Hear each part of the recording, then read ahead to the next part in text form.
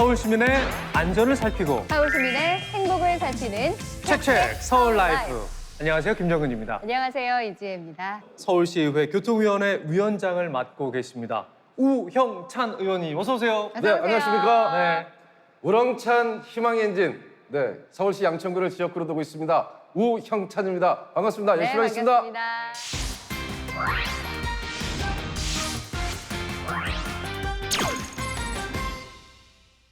서울시의회 전 부의장을 맡으셨어요. 서울시의회 박기열 의원님 나오셨습니다. 어서 오세요. 네, 반갑습니다. 저는 동작구 출신으로 9대 전반기의 교통위원장을 역임했고요. 10대 전반기 서울시의회 부의장을 역임한 박기열 시의원입니다. 반갑습니다. 두 분이 굉장히 인연이 좀 깊으신 것 같아요. 아주 깊죠. 교통위원회 전현 위원장을 맡고 계세요. 두 분이 굉장히 좀 친하신 것 같아요. 각별한 사이죠. 제가 네. 우리 박기열 위원장님이 처음 교통위원장을 저희가 의원들 투표를 했는데요. 예. 제가 오른팔로 선거대책본부장으로 오. 박기열 위원장님을 교통위원장으로 만든 주역 중에 한 명입니다. 인정하시나요? 뭐 인정해야죠. 지금에 와서 아니라고 그러면 과거를 다 인정해야죠. 자, 오늘 이 두 분 굉장히 어떤 이야기를 해주실지 굉장히 기대가 되는데요. 양지민 신의진 변호사, 어서 오세요. 어서 오세요. 와, 기운을 받아서 제가 야. 열심히 한번 해보겠습니다. 예. 아니, 저희가 정말 오랜 회차 함께하고 있는데 변호사님 소개할 때 이렇게 반갑게 맞아주시는 건 처음입니다. 시작부터 텐션이 굉장히 잘 높습니다. 쓰겠습니다. 자, 오늘 궁합이 굉장히 기대가 되는데요. 이럴 때 내가 서울시의회 의원 하길 정말 잘했다 느껴지는 순간이 꽤 있으실 것 같거든요. 제가 2010년도에 첫 서울시의원에 당선되고 그 역량을 쌓아서 재선 3선까지 했고요. 가면 갈수록 경력들이 쌓이죠. 이런 경험들을 토대로 조례를 제정하거나 또 개정해서 우리 서울 시민들이 동작구 구민분들이 좀 더 지금보다는 훨씬 더 좀 안락하고 쾌적하고 생활이 좀 여유롭게 할 수 있을 때, 그러니까 그런 것들이 통과돼서 서울 시민들이 그런 것을 느낄 때, 그리고 민원들이 많습니다. 민원들이 해결됐을 때 고맙다고 어깨 두드려주고 칭찬해 주실 때가 굉장히 시의원으로서 보람을 많이 느끼죠. 네. 저는 이제 교통위원회만 8년간 있었는데요. 교통은 아시다시피 도시와 문화가 발전하기 위해서 꼭 필수적인 게 바로 우리 교통 아니겠습니까? 그중에 또 전 세계적으로도 제일 발달돼 있는 교통의 도시 서울. 이 교통의 전반적인 분야에 대해서 다 관여하고 좀 아쉬운 부분은 개선을 요청하고 또 실질적으로 그것이 반영이 됐을 때 좀 더 구체적으로 아주 눈앞에 봤을 때는 우리 지하철에 에스컬레이터가 놓일 때, 버스 정류장이 놓일 때, 네. 또 스마트 쉘터라는 첨단 도시 안전 시설물이 놓일 때, 이럴 때 좀 기쁘고요. 또 하지만 안타까울 때도 굉장히 많은데요. 우리 박기열 위원장님이 좀 더 가르쳐 주시고 떠났으면 좋았는데 전반기만 하고 떠나시는 바람에 제가 좀 덜 배워가지고 아주 부족합니다. 알겠습니다. 자, 이 두 의원님이 오늘 조례에 대해서 어떤 이야기를 해주실지 굉장히 기대가 됩니다. 두 의원님은 어떤 조례를 가장 먼저 선택하실지 먼저 우형찬 의원님께서 선택한 조례 화면으로 만나보겠습니다. 네, 자전거 이용 활성에 대한 조례입니다. 자전거. 와, 어떻게 이렇게 빨리 왔어? 요즘 자전거를 적극적으로 이용하고 있지. 자전거 주차 타워도 잘 돼 있고 얼마나 편한지 몰라. 자전거도 주차장이 있어? 그런데 난 자전거 사고가 걱정이더라. 자동차처럼 보험이 있는 것도 아니고. 당연히 조심히 타야지. 그런데 요즘 자전거 보험 잘 돼 있어. 자전거 보험까지 찾아서 들기는 너무 귀찮은 것 같아. 에이, 자전거 보험은 내가 드는 게 아니라 지자체에서 해주는 거야. 무슨 일이에요?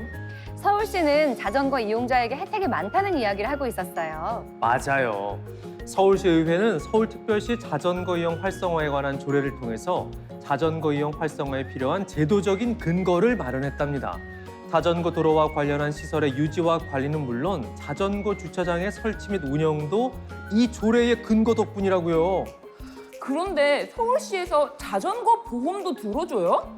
서울특별시 자전거 이용 활성화에 관한 조례 일부 개정 덕분에 각 구에서 부족한 자전거 단체 보험 가입에 따른 비용의 일부를 자치구청장이 지원할 수 있게 됐답니다. 그랬구나. 그럼 나도 이제부터 환경을 위해서 자전거 이용해야지. 사실 이 조례를 처음 만들고 처음부터 관여하고 관리하고 지금까지 성장할 수 있게 한 분은 네. 저한테 물어볼 게 아니라 우리 박기열 위원장님한테 물어보셔야죠. 아 그래도 아니 다 만들어 놓고 저한테 이렇게 넘기시면 어떡합니까? 현직 위원장이시니까요. 저희가 가장 먼저 선택을 하셨으니까. 그러니까 저희가 자전거에 대한 모든 것을 다 짜주셨어요. 그 처음에 자전거를 살 때 돈이 필요하잖아요. 네네. 그 돈도 우리 박기열 위원장님이 시원시원하게 딱딱 밀어주고요. 그러니까 따릉이 말씀하시는 거죠? 처음에 따릉이 만들 때 반대가 있었어요. 교통안전도 걱정이 된다. 사고 나면 어떡하냐. 그런 걱정들이 있을 때 우리 박기열 위원장님이 일단 가자. 그래서 시원하게 밀어주시고요. 네. 그다음에 따릉이 자전거도 하고 도로부터 저죠. 네. 네. 네. 도로서부터는 제가 좀 하고 있고요. 그래서 네. 자전거의 태동은 출산을 우리 박기열 위원장님이 해주셨고 저는 이제 아장아장 걷는 보행기 수준은 제가 하고 있고 그 다음 이제 또 교통위원장님이 아마 잘 뛸 수 있는 역할을 하지 않을까. 따릉이 자전거는 우리 서울시의 자전거에 대한 전반적인 내용들을 다 담은 차례입니다. 네. 위원장님 저 잘했죠? 네, 대단하십니다. 아, 근데 굉장히 뿌듯해하시는 모습에 저희도 네. 보면서 웃음이 절로 나는데 따릉이 이용해 보신 분들은 알 거예요. 굉장히 편리하고 갈수록 좋아지고 앱도 굉장히 정확해져서 위치 기반으로 비어 있는 따릉이 그다음에 이동 거리 다 너무 쉽게 표시가 되잖아요. 네. 근데 보니까 단체 보험이 적용된다고 이게 뭐 따릉에만 해당되는 거예요? 아니면 자전거 전체 다 해당이 되는 건가요? 따릉이는 전부 다 해당이 됩니다. 따릉이를 네. 타시는 분들은 어떤 사고 나도 다 해당이 되는데 뭐 간단하게 자전거 타다 넘어지는 사고는 좀 괜찮은데 뭐 가끔가다 사망 사고가 나니까 그런 거에 좀 조심했으면 하는 바람이 있고요. 네네. 그 다음에 우리가 일반 자전거들 많이 타잖아요. 개인 자전거. 하는 자치구가 있고 하지 않는 자치구가 있는데요. 대세는 점점점 이제 하는 곳으로 하기 때문에 따릉이는 전액 자전거 보험이 되고 네. 아마 일반 자전거도 전체적으로 서울시 전체가 아마 보험 적용이 되지 않을까. 지금은 한 반 정도만 보험 혜택을 받고 있습니다. 저는 사실 처음 알았는데 그러면 서울시 어디서든 자전거를 막 타다가 사고가 나면 내가 살고 있는 해당 자치구에서 보험 적용을 받을 수가 있는 거예요? 네네. 동작구가 지금 시행이 되고 있다고 하는데 아직까지 발표가 안 됐더라고요. 그래서 제가 맞아. 동작구까지는 포섭을 못했는데 구 조례로 좀 준비하고 있습니다. 아 준비 중. 역시 네네. 제가 그래서 알아보니까 서초구, 강동구, 노원구, 서대문구, 도봉구, 강북구, 성동구 이렇게 지금 시행 중이거든요. 네. 그래서 이 자치구에서 이제 보험 이용 대상에 대해서 그 지역구 주민들이 어디서 사고가 나셨던지 간에 자치구에서 이거를 보험에 혜택을 드리는 거예요. 그러니까 이게 굉장히 자전거 이용하시는 분들도 안전, 그리고 그렇죠. 혹시 자전거 접촉해서 사고가 난다고 해도 안전. 이 보험이 다 든든하게 이렇게 저희를 뒷받침해 주는 거죠. 자전거 음주운전 예방을 위한 조례도 2018년에 제정이 됐네요. 자전거도 교통수단이다라는 걸 우리가 인정하면 자전거도 음주 운행을 하면 안 되는 거잖아요. 도로교통법에도 자전거를 타면 이제 음주운전하면 안 된다라고 이제 금지 조항이 있고요. 실질적으로 단속을 할 수 있는 근거 규정도 사실은 있어요. 근데 이제 서울시 조례에는 그게 반영이 되지 못했던 것을 우리 전 위원장님께서 반영을 하셔가지고 조례 내로 사실 포섭을 했다라고 보시면 될 것 같고요. 많은 자전거를 타는 분들이 자전거는 뭐 내가 뭐 위험할 것 같지도 않고 술 한잔 먹고 할 수도 있지라고 잘못 생각하실 수도 있는데 그거를 좀 서울 시민들 옆에서 이렇게 좀 이렇게 알려주셨다라고 보시면 될 것 같아요. 1년에 서울시에서 자전거를 타고 가다 사고로 사망하는 숫자가 몇 명이라고 혹시 아실까요? 사망 사고. 자전거로 인한 서울시의 사망 사고. 전국이 아닌. 아, 요즘은 많이 이용하시니까 꽤 많을 것 같아요. 2009년도에는 49명이 사망 사고 있었어요. 2009년에. 가장 많습니다. 네. 근데 그것을 이제 이런 제도를 좀 개선하고 그다음에 조례를 개정하고 해서 지금은 2020년도 3월에 보니까요. 23명. 많이 절반으로. 줄었어요, 많이. 네. 그만큼 이 따릉에 대한 개선 그리고 시민들의 의식, 사람의 생명보다 중요한 건 아무것도 없습니다. 그럼요. 그죠? 보험이 문제가 아니라 실제로 뭐 청소년 안전교육 프로그램도 갖추고 있다고 네, 제가 네, 들었는데요. 사당 청소년 문화의 집에서 작년 연말에 저한테 그 따릉이에 관련해서 자기네들이 탐구하고 연구하고 실제 타보고 이런 것들을 보고 따세권이라 해서 따릉이의 세상에 알리는 권리다 이렇게 해가지고 연구팀을 만들어서요 고등학생하고 중학생 위주로 네. 발표를 했어요. 그래서 저한테 찾아와서 그래서 저희 서울시 의원회관에서 같이 서로 토론도 하고 그래서 그 자리에서 뭐라고 얘기를 해주셨냐면 여러분들이 정책 개발한 의견을 지금 바로 적용할 수 있는 건 하고 아니면 중장기 대책을 세워서 반영하겠다. 굉장히 적극적인 자세를 주셔서 굉장히 감사하게 느꼈죠. 네.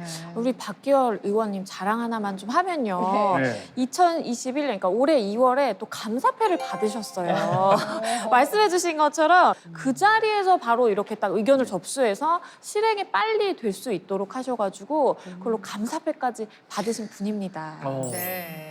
그리고 지금 따릉이에 관련돼 가지고 재밌는 정보를 하나 서울시에서 자전거 교통안전교육 인증제에 합격을 하면은 따릉이도 이용 요금이 있잖아요. 2년 동안 따릉이 이용 요금이 무료다. 여기 시험 보면 2년 동안 공짜로 탈 수 있는 거예요? 할인이 됩니다. 할인이 되는 할인이 건가요? 됩니다. 네네. 오. 공짜는 노노노. 공짜는 안 되고요. 아, 그래요? 이론하고 실습을 마친 다음에 이게 시험을 볼 수 있는 자격이 주어집니다. 오. 그래서 시험 볼 때도요. 필기도 보고요. 네. 정말 주행 시험도 봅니다. 오, 진짜요? 이렇게 자격을 받으면은 2년간 이 인증을 네. 인증 자격이 유지되고요. 네. 다시 만료가 되면 다시 또 재응시할 수가 있어요. 이렇게 해서 할인을 받는 건데 6월 달부터 시행되고 있습니다. 요 네. 얼마나 할인을 받나요? 어. 저는 공짜로 알고 있어 솔직했는데. 30%. 오, 엄청 크네요. 큽니다. 네네. 크게 제가 쏘겠습니다. 그러니까 따릉이 요금 자체가 그렇게 많이 비싸지가 않은데 네. 30%가 절감이 되면 네. 거의 진짜 너무 부담 없이 탈 수 있겠네요. 그러니까요. 뭐 사실 서비스 이용에 감면을 받는다는 것도 의미가 있지만 음. 자전거에 대한 어떤 인식이랄까 제대로 된 운행법, 뭐 도로 교통과의 어떤 연관성도 알 수가 있어서 많은 도움이 될 거라는 생각이 듭니다. 말씀 들으시면서 이런 조례도 있었어. 많은 분들이 궁금해하고 신기해하실 것 같은데요. 자, 이번에 박기열 의원님께서 소개해 주실 조례 살펴보겠습니다. 시민 서비스 증진을 선택해 주셨네요. 어머, 저 집에 무슨 일이 있어요? 어르신 혼자 사셨는데 돌아가신 것 같아요. 생전에 찾아오는 사람도 없던데 어르신 가시는 길 장례라도 잘 치러드리면 좋을 텐데 마음이 너무 아프네요. 무슨 일이에요? 아니 저기 어르신이요. 가족이 안 계신 것 같은데 장례를 누가 치러주겠어요. 많이 외로우셨겠네요.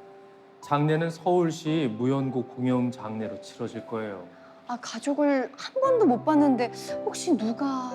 서울시는 서울특별시 공영 장례 조례에 근거해서 무연고자 및 저소득 계층을 지원하기 위한 공영 장례 제도의 행정적 재정적 기반을 조성했답니다. 정말 다행이에요. 맞아요. 정말 고마운 조례네요. 예, 2017년도에 조례를 개정을 했었는데요.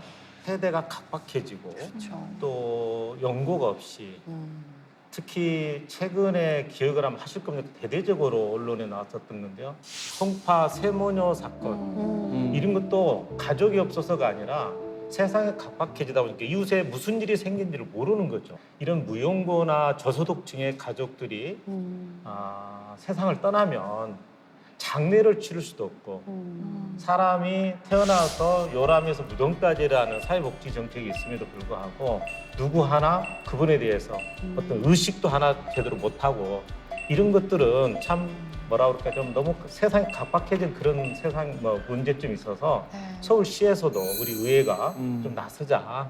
그래서 이런 분들은 최소한의 인간적인 애우를 갖춰서 장례도 치러드리고 의식도 갖추고 이렇게 해서 화장까지 다 좀 안락하게 무덤까지 가실 수 있도록 하는 조례입니다. 그럼 이런 조례가 생기기 전에는 무연고 사망자가 발생을 하면 장례가 어떻게 진행이 됐나요? 그냥 화장해서 네. 그냥 처리했죠. 네. 이렇게 했을 때 나중에 이제 뭐 가족이라 할 것도 없겠죠. 한 친인척이라든지 나타나서 왜 그렇게 했느냐고도 뭐 항의도 하고 뭐 이랬었는데 지금은 가능하면 그런 인적 사항을 좀 체크를 해서요. 좀 기다리기도 하고 그런데 지금은 뭐 그런 부분들이 있어서는 또 가족이 있지만 왕래가 없는 분들도 있거든요. 그렇죠. 또 그런 어떤 시신을 또 거부하는 또 장례를 치르려면 여러 가지 비용이라든지 이런 것들 때문에 그렇게 해서 거부하는 이런 것들을 좀 방지하고 최소한의 인간적인 뭐 돌아가시면서까지 대우를 못 받을 게 아니라 최소한의 인간적인 대우를 하자 이런 차원에서 고마운 조례네요. 네. 사실 요즘 노인 1인 가구가 워낙에 많잖아요. 맞습니다. 근데 그분들이 내가 죽는 게 두려운 게 아니라 내가 죽은 걸 사람들이 모를까 봐 고독사에 대한 어떤 염려되는 마음을 많이 보여주고 계시더라고요. 굉장히 의미 있는 것 같아요, 네. 변호사님. 그렇죠. 이게 사실 2018년 5월에 처음으로 서울특별시 공영장례 조례에 따른 첫 번째 이제 무연고 공영장례가 진행이 됐어요. 이전에는 사실 이런 제도가 없었기 때문에 말씀해주신 것처럼 굉장히 좀 마지막 길까지 좀 쓸쓸하게 정말 바로 그냥 화장이 될 수밖에 없었는데 그래도 일종의 정말 이렇게 존엄하게 가실 수 있도록 우리가 같이 이렇게 할 수 있는 이제 공영 장례가 치러진 거고요. 현재 만으로 이제 3년이 넘었죠. 네. 그래서 이 숫자를 보면 2018년에는 한 360여 명 정도 이렇게 공영 장례를 치르셨는데 2020년에는 660여 명이 훌쩍 이제 사실 늘어났고요. 그만큼 이렇게 좀 안타까울 수 있었던 그런 상황을 많이 그래도 조금 우리가 공영 장례라는 그 틀 안에서 그래도 최소한의 좀 예의는 다 하고 있다라고 이해해 주시면 될 것 같아요. 자, 이제 본격적으로 우영찬 그리고 박기열 두 의원님께서 발의한 조례들을 좀 꼼꼼히 살펴보면서 감탄을 할 것은 감탄하고 그리고 약간 궁금한 점은 좀 조목조목 물어보는 시간을 갖도록 하겠습니다. 네, 자신의 팀에서 선택한 조례를 빛내주시면 될 텐데요. 저희가 뭐 대결의 형식을 가지고 있습니다만은 서로를 위한 건강한 공격 부탁드리겠습니다. 네. 자, 그럼 먼저 우영찬 의원님이 선택한 조례 어떤 것부터 한번 가볼까요? 서울특별시 음주운전 예방 및 피해 지원에 관한 조례입니다. 네. 의원님, 너무 멋있는 조례인 것 같아요. 아니 이건 멋있는 하루 평균 이제 50여 건인데요. 네. 어떻게든지 계속 이 막고 또 막으려고 해도 계속해서 발생을 하고 있거든요. 네. 그러면서 또 피해자는 계속해서 발생을 하고 있고 그래서 심리적인 지원 상담도 해주고 좀 금전적인 지원들까지 이어질 수 있게 하는 것이 저희 바로 서울특별시 음주운전 예방 및 피해 지원에 관한 조례입니다.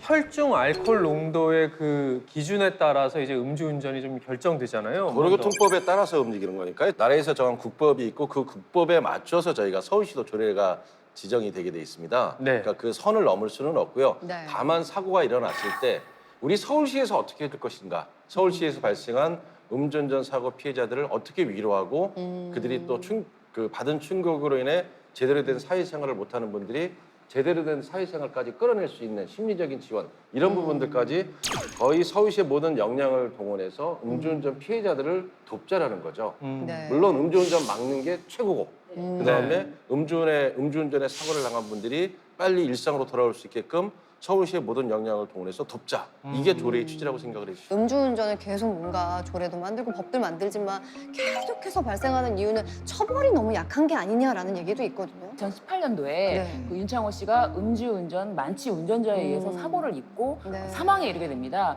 그래서 2018년도 그해 11월에 이제 국회에서 이거 처벌 조항이 너무 약하다는 국민적인 그 합의가 이루어져서 처벌 조항을 강화하는 쪽으로 통과를 시켜서 2019년도 6월 25일부터는 시행되고 있는데요. 기존에는 1년 이상의 징역 그게 다였어요. 그런데 윤창호법 시행 이후에는 인명피해가 발생한 경우에는 최저 3년 이상 징역 그리고 무기징역까지 이거를 규정을 해두어서요. 그만큼 굉장히 중하게 처벌된다라는 그런 경각심을 확실하게 인식시켜 준 거죠. 그리고 면허 정지 기준에 대해서도 말씀을 드리면은 혈중 알코올 농도 0.03에서 0.08 미만이고요. 면허 취소 기준은 0.08 이상입니다. 그리고 음주운전 적발 기준은 음주운전 2회 이상 적발 시, 2회 이상 적발 시고요. 징역 2년에서 5년 또는 벌금 1,000만 원에서 2천만 원까지 이렇게 규정이 되어 있습니다. 자동차 몰수라든가 좀 더 강력하게 해서 차에 대한 접근을 막을 수 있는 방법 그리고 자동차 회사에서도 음주를 하게 되면은 이제 뭐 차가 시동이 걸리지 않는 저희 지하철 같은 경우도 꼭 그 지하철을 운전하기 전에 음주 측정을 하고요. 네. 시내버스도 그렇습니다. 호흡으로 감지돼서 예, 사이렌 음주 울리고. 측정기로 딱 놓고 그거를 예. 통과해야지만이 운전을 할 수가 있습니다. 그다음에 마을버스도 그렇고 택시도 그렇고요. 그래서 아마 우리 일반 대중들한테도 그런 시스템들이 도입이 돼서 음주운전을 아예 막을 수 있는 그리고 또 사회적으로도 음주운전은 막아줘야 되는 공감대까지 형성이 되면은 네. 좀 나아지지 않을까 하는 생각이 듭니다. 덴마크에서 실제로 차량을 몰수하고고 그리고 음주운전이 적발이 되면은 한 달치 월급을 벌금으로 물리게 하는 거예요. 역시 우리 팀 변호사님이 많이 인터내셔널한 하셨네요. 국제적인 감이 있어요. 네. 터키의 경우에는 음주운전자가 술에 깰 때까지 그 차량 접근을 막아야 되잖아요. 네. 그래서 걸어야 돼요. 걸어야 되는데 그냥 걸어요? 뭐 둘 수가 없어요. 그래서 경찰이 이 음주운전자를 태우고 도심에서 약 30km 떨어진 곳으로 네. 데려갑니다. 아, 그리고- 신용카드랑 전화기랑 뭐 다 뺏기고 다 뺏고. 그거까지는 제가 그거까지는 확인을 못했지만 어쨌든 이 사람을 태우고 도심에서 30km 밖으로 나가요. 나가서 운전자는 이제 평소를 걸어서 집까지 가야 걸어가라. 되고요. 네, 네. 경찰이 감시를 해야 되잖아요. 자전거를 타고 따릉이 자전거를 타고 네. 자전거를 타고 쫓아갑니다. 와, 음주운전자뿐 아니라 동승자도 함께 뭐 처벌하는 조항도 있지 않나요? 지금 그렇습니다. 네네네. 근데 처벌보다는 음. 예방이 더 중요하지 않습니까? 그렇죠. 이 대중배치를 이용해서 자꾸 뭐 광고까지는 아닐지라도 홍보를 해야 돼요. 그렇게 해서 스스로 무조건 한 잔이라도 마셨으면 차를 놓고 간다. 아니면 뭐 구속이도 문제 아니거든요. 다른 사람까지 피해를 주는 게 문제잖아요. 자기 혼자 사고 나는 건 그나마도 그렇죠. 자기 책임인데 맞아요. 다른 사람까지 피해 줬을 때, 다른 사람의 생명을 앗을 때 어떻게 하겠습니까? 저도 술을 조금 마셨는데요. 음주운전은 안 하고 있습니다. 네. 우리 박기열 위원장님은 워낙 인품이 좋으셔가지고요. 저희 술 마시면 혼도 내시고 절대 음주운전 하지 말라고 대리기사 비용도 내주시고. 네. 서울특별시 장애인 생활 이동 지원 시설 지원 조례입니다. 2014년도 제가 이제 교통위원장 시절에 이 조례를 제정을 한 거거든요. 네. 장애의 종류가 많습니다. 주로 지체 장애인들이 이용하는 복지가 아니에요. 장애인 콜택시가 있어요. 주로 네. 흔히 지역에서 많이 볼 겁니다. 동네에서. 그렇죠. 근데 시각 장애인들이 이용하는 생활 이동 지원 센터라는 곳이 있어서 그러니까 복지콜이라고 그래요. 그분들은. 그러니까 복지콜, 장콜 이렇게 두 개가 나눠져 있는데 요금이 다릅니다. 그러니까 장애인은 똑같은데 왜 장콜, 지체 장애인들이 타는 장애인 콜택시하고 시각 장애인들이 타는 복지콜 택시는 요금이 차이가 있을까? 지원 조례가 없어서 그렇다는 거예요. 그러니까 기본 요금이 5km인데 5km를 갈 때 장애인 콜택시는 1,500원인데 복지콜, 시각 장애인들이 한 거는 2,000원이에요. 30km를 갔다. 그러면은 장애인 콜택시는 3,500원, 3,550원인가 이러는데 이게 복지콜은 7,000원이에요. 굉장히 차이가 차별이 많네요. 큰 거죠. 네. 엄청 크네요. 그래서 이건 아니다. 장애인의 종류에 따라서 왜 이렇게 차별을 받아야 되냐. 이렇게 해서 조례를 제정했는데 16년도 1월 1일부터 적용을 해요. 그래서 시각장애인하고 그다음에 지체장애인들이 같이 타는 장콜하고 복지콜이 요금이 같아진 거죠. 서울특별시 공항소음 통합센터 설치 및 운영 조례안입니다. 진짜 공항소음의 피해 지역에 직접 살고 계시기 때문에 모음소 뭐 대화를 하다가도 멈춰야 되고 뭐 그런 여러 가지 불편함. 사실 공항이 강서구 쪽에 있다 보니 또 그 강서구 옆에 비행기가 내리는 길이 이제 양천구, 구로구, 금천구, 광명, 부천, 김포 그렇죠. 이런데요. 맞죠. 근데 사실은 우리가 비행기를 많이 안 타잖아요. 매일 타는 사람들은 아니고 어쩌다 한 번씩 비행기를 타는데 즐겁잖아요. 비행기를 타고 어디론가 새로운 곳을 떠나면은 다만 그 안에서는 그게 계속적으로 2.5분에서 3분에 한 대씩 떨어집니다. 근데 소음이 그 정도로 심각한지는 모르시잖아요. 네. 살지 않으면. 그래서 얼마나 소음이 심각한지 우리 한번 국민을 좀 알렸으면 좋겠다. 네. 그다음에 비행기가 김포에서 뜨면 어디선가 또 내려야 될 거 아닙니까? 그래서 전국에 있는 공항에 소음 피해 보는 사람들이 하나로 모이자. 또 하나는 국가에서 소음 측정을 하고 있는데 이제 주민들하고 맞지가 않는 거예요. 왜냐하면 소음은 주관적인 거거든요. 자기가 기분이 안 좋을 때는 더 소음이 크게 들리고 조용히 잠잘 때 비행기가 지나가면은 더 크게 들리고 막 떠들고 있을 때 또 의외로 모를 수도 있고 굉장히 주관적이기 때문에 이게 과학적으로 데이터적으로 과연 국가가 하는 게 맞는지 우리 잘 검증해 보자. 이런 다양한 것들을 위해서 그 지역에 소음센터라는 데를 만들었고요. 또 지역 주민들이 또 사단법인 항공기 소음이라는 것을 만들었습니다. 그 소음에 대해서 시달리고 있던 것, 피해를 입었던 것 많은 개선이 좀 있었겠네요. 아, 개선은 많이 없고 앞으로 더 개선을 해야죠. 이제 그동안은 네네. 이제 주민들이 국가의 서울시 어디에다 불만을 제기해야 될지도 몰랐고 나는 어떻게 하면 해야 될지도 몰랐는데 이제 그럴 수 민원을 하나로 모으기 시작을 했습니다. 그래서 강서구로 금천 여기 모았고 지금 부천도 같이 하고 있고 김포도 같이 하고 있습니다. 제주도도 같이 하고 있고요. 그래서 이제 하나의 뜻을 모았고요.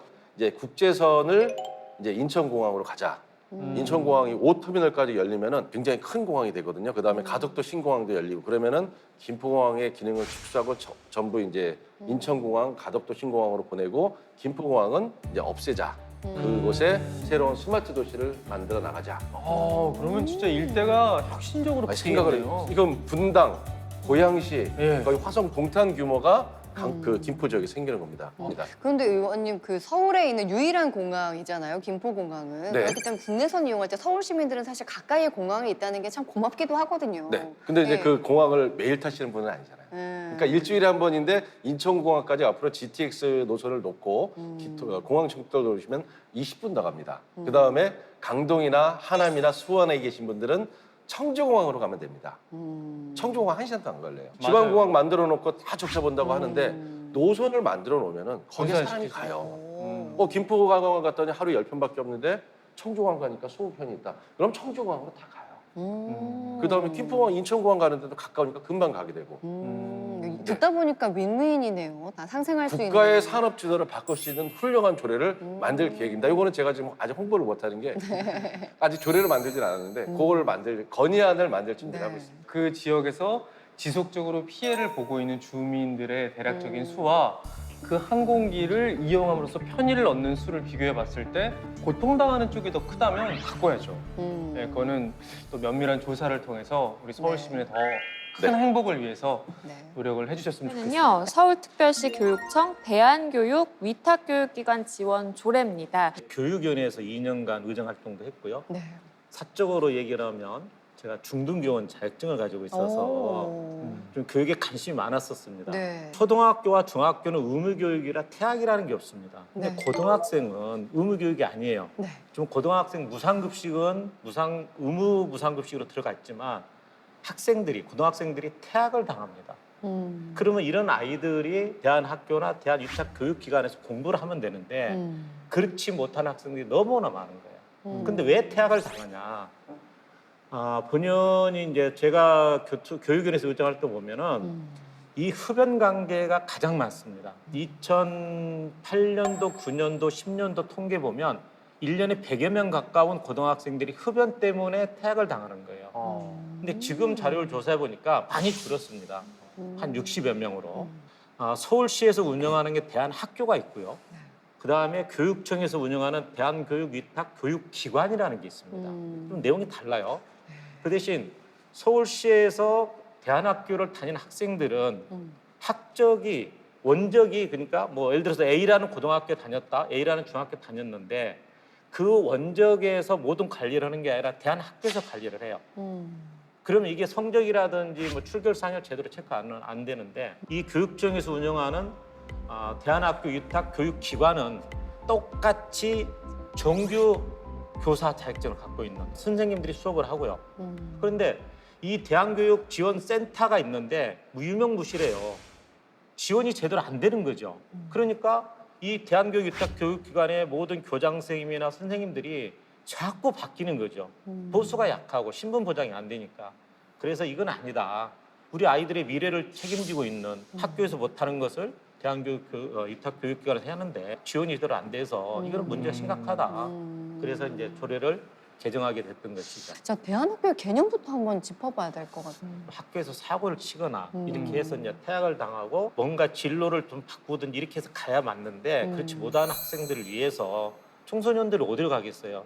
아니면 사실 학교에 안 가면 공부를 안 하면 뭐 검정고시도 할 수 있지만 이렇게 사고 치는 학생들이 검정고시 하는 학생들이 거의 없거든요. 더 엇나가기가 쉽죠. 예. 좀 다른 쪽으로 나쁜 쪽으로 빠져서 이런 학생들을 보호하기 위해서 뭐 꼭 사고를 안 쳐도 요즘은 이제 부모들이 생각에 따라 틀려서 주입식 교육이 싫어서 대한학교에 보내서 아이들이 어떤 개성을 키우고 자유롭게 수업하고 현장 위주로 많이 이렇게 하는 것으로 좀 바뀌어가죠. 아니 제가 조사를 하면서 보니까 의원님이 진짜 교육에 관심이 많으시구나 하고 느끼는 게 또 감사패를 받으셨어요. 집에 감사패 2019년에 많으신 것 같아요. 많으실 것 같아요. 네. 2019년에 서울특별시 교육청 위탁형 대한학교 연합회가 있어요. 연합회에서 감사패를 받으셨는데 대한교육 위탁교육 사업이 제도적으로 좀 많이 안착을 할 수 있었고 지원을 사실 못 받고 있었는데 지원을 받을 수 있는 근거를 또 마련을 해주셨기 때문에 결국에는 그 사실 대한학교 다니는 학생들이 좀 그 혜택을 누리는 거잖아요. 그러니까 정말 큰 공로를 하신 것 같아요. 2017년에는 대한민국 교육공헌 대상도 받으신 적이 어허. 있다고 들었어요. 그만큼 교육에 관해서 정말 관심이 많으신 것 같은데 대한학교 학생들에게 꼭 필요한 교육은 뭘까요?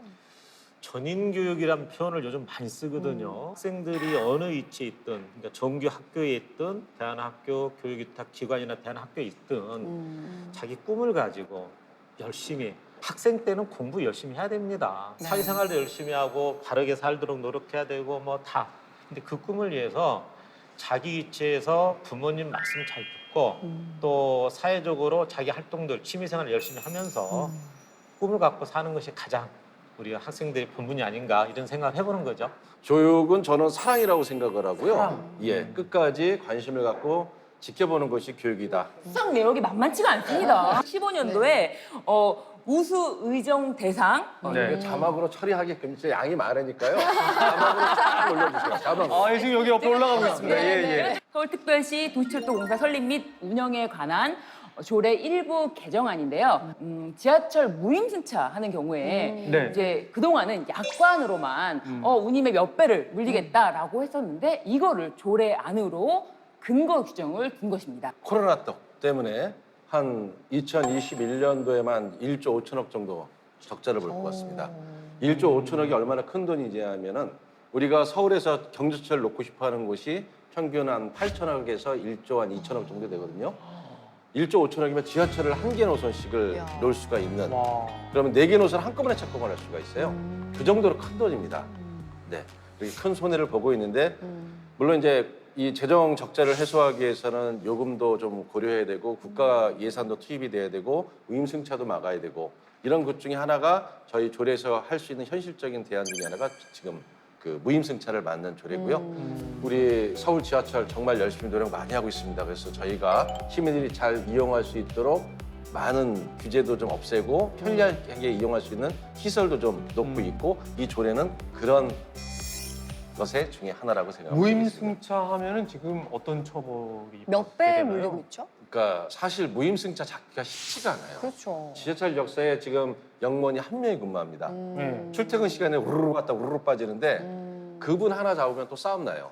또 일제 단속을 갈 때나 지금 단속을 갖고 있는 거고 결국 시민들한테 적극적으로 동참을 해달라. 제보를 그런 통해서. 네, 여기서 뭐 해서 단속을 하고 그 자리에서 요금을 부과하기는 현실적으로 어렵습니다. 건강한 교통 문화를 위해서 좀 동참해 달라는 뜻이 될 것 같습니다. 전 세계적으로 서울 지하철 너무 잘 돼 있다는 거 인정받고 있잖아요. 네. 그걸 이용하는 시민들의 의식이 좀 바뀌고 이렇게 함께 서로 감시하면서 좀 발전해 나갔으면 좋겠어요. 그 교통위원장이 지금 열심히 하고 있기 때문에 잘 되고 있습니다. 기대하겠습니다. 네, 인정합니다. 네. 감사합니다. 네. 서울특별시 여성 기업 지원에 관한 조례인데요. 여성 기업에 대해서 좀 실질적으로 우리가 변화할 수 있도록 지원을 해주자라는 내용의 조례입니다. 여성 기업이면은 그 사장님이 여성인 경우인 그렇죠. 건가요? 여성 기업 숫자가 혹시 몇 개나 되는지 혹시 아실까요?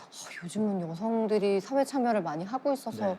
많이 늘어날 것 같긴 한데. 2018년도 기준인데요. 네. 56만 3천 개 정도가 서울시 여성 기업입니다. 근데 이 여성 기업이 고부 가치의 사업에서 종사하는 게 아니라 주로 음식업, 숙박업, 예. 그다음에 도소매업, 단순성 이런 사업들에 종사하고 있는데 이분들의 연간 매출액이 약 121조 5천억 정도. 액수는 굉장히 크죠. 네. 그냥 단기적으로 보통 3년을 버티는 것이 50.5% 정도. 8년을 버틴 것은 한 26%인가 뭐 이랬던 것 같아요. 이게 2018년도 3월 기준인데 네. 굉장히 적은 거죠. 지속성이. 장수를 못 하는 거죠. 네. 여성분들의 사회 진출도 굉장히 많아지고 있는데 그래서 이런 것들을 좀 바꿔야 되겠다. 패러다임도 바꾸고 고부가치 산업을 중심으로 가야 되고 이래서는 단순하게 이걸 어떻게 예산만 지원할 수 있는 건 아니고요. 그래서 교육가 필요하면 또 이렇게 뭐 어떤 그 사업적으로 예산도 좀 지원해주고 이런 게 이번에 이제 조례를 개정한 것이죠. 창업 교육도 창업 하고. 교육도 하고. 예. 이 항공기 소음 피해 공동 대응을 위한 전국 지방의회 연대 촉구 결의안인데요. 공항 소음에 대해서 이것에 대해서 단지 서울만의 문제가 아니라 전국적으로 있는 공항에 대해서 그 지역 주민들의 피해라든지 그런 것을 공동으로 변호사님 공동의장으로 모시겠습니다. 정확하게 잘 알고 있습니다. 잘 싸우실 것 같아요. 예. 사실 지역에 있는 분들은 그런 소음 피해가 있어도 뭔가 조직이 잘 되어 있지 않아서 어디에 얘기할지 몰라서 그냥 가슴앓이 하고 계신 분들도 있는데 그런 분들까지 서울시에서 뭔가 조직을 해서 목소리를 듣겠다는 거잖아요. 네, 맞습니다. 이 서울시에서 네. 이 총대를 메고 음. 전국 지방의회 다 모여서 연대하자. 사실 한 사람의 목소리, 서울시만의 문제가 아닌데 이것을 다 각 지방에 있는 공항에서 문제를 제기하고 싶어도 이거를 공동으로 하자라고 하는 게 나는 시의회 의원이지 내가 뭐 국회의원이 아니잖아. 이건 나라 일이잖아 라고 생각하고 이것에 대해서 굳이 총대를 메지 않을 수도 있겠지만 우리 우영찬 의원님께서는 네, 바로 그냥 자 여기로 모십시오. 공동으로 배웁시다. 시끄러워. 지금 너무 시끄러워. 여기도 약간 지금 소음이 시끄러워요. 예. 서울특별시 하수도 사용 조례입니다. 이게 하수도 사용 조례 뭔가 싶으실 텐데요.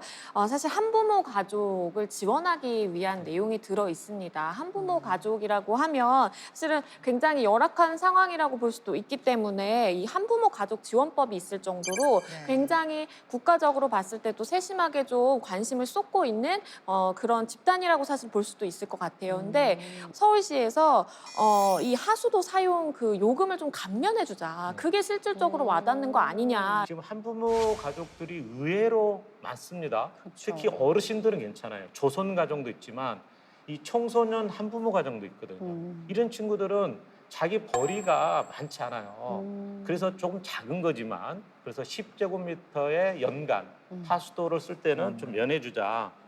이렇게 지금 조례가 개정이 된 거죠. 2020년 기준으로 봤을 때 전국의 이 한부모 가구가 전체의 이제 8%를 차지할 정도로 상당히 좀 비율이 높아요. 네. 그런데 그 8% 비율을 가지는 한부모 가구의 소득을 좀 보면요.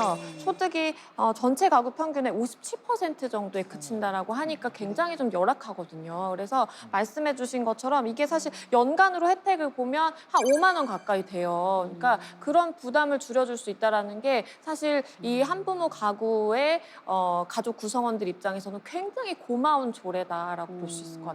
네. 이런 세심한 것까지 서울시가 신경 써주는 그 마음을 느끼면 굉장히 좀 마음의 위로가 될 것 같아요. 시민들의 어떤 안전, 시민들의 생활 뭐 이런 것들을 위해서 지금보다는 나은 생활을 할 수 있도록 역할하는 게 선출직이거든요. 네. 그럼요. 근데 이런 선출직들이 자기의 몫을 못하고 권위나 찾고 이런 건 아니거든요. 그래서 맞습니다. 작은 거지만 특히 사회 약자층, 어려운 쪽에 있는 분들, 교통 약자층, 교통위원장님이시지만 이렇게 같이 이런 분들을 위해서 하는 것이 당연히 하다 보고 그런 맞습니다. 마음을 갖고 계시니까 또 의원님들을 바라보는 시민들은 든든한 마음으로 하루하루 지낼 수 있는 것 같습니다. 지금 현재 가장 관심 갖고 계신 의정 활동을 저희가 하나씩 좀 들어볼 텐데요. 먼저 박기월 의원님, 요즘 어떤 것에 가장 관심 있으세요? 동작구이기 때문에 도로 하나 사이에 소초구하고 연결돼 있습니다.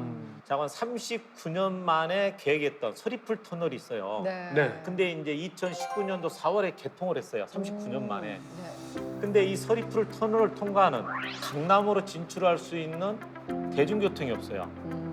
시내버스가 없는 거예요. 승용차들은 마음대로 다니는데 3분이면 갈 수 있는 거리를 돌아서 버스를 이용하는 시민들은 한 15분 정도 네. 이렇게 가야 되거든요. 말이 안 돼요. 올 1월 15일부터 대중교통이 시내버스가 다니게 됩니다. 네, 그래서 동작구를 이용해서 바로 강남권으로 진입할 수 있도록 네. 이런 것들을 조금 다 끝냈고요. 여기 현장은 남성역 7호선 남성역인데요.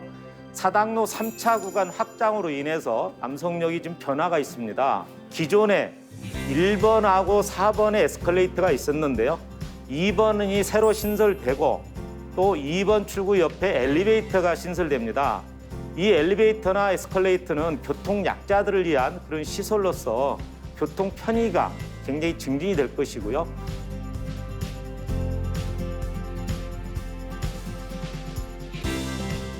우리 남성역에 이렇게 도로 확장되고 에스컬레이터와 엘리베이터가 더 신설되면 우리 사당동을 찾는 우리 서울 시민이나 동작 구민들에게는 특히 이 주변 상권이 많이 활성화될 것이다.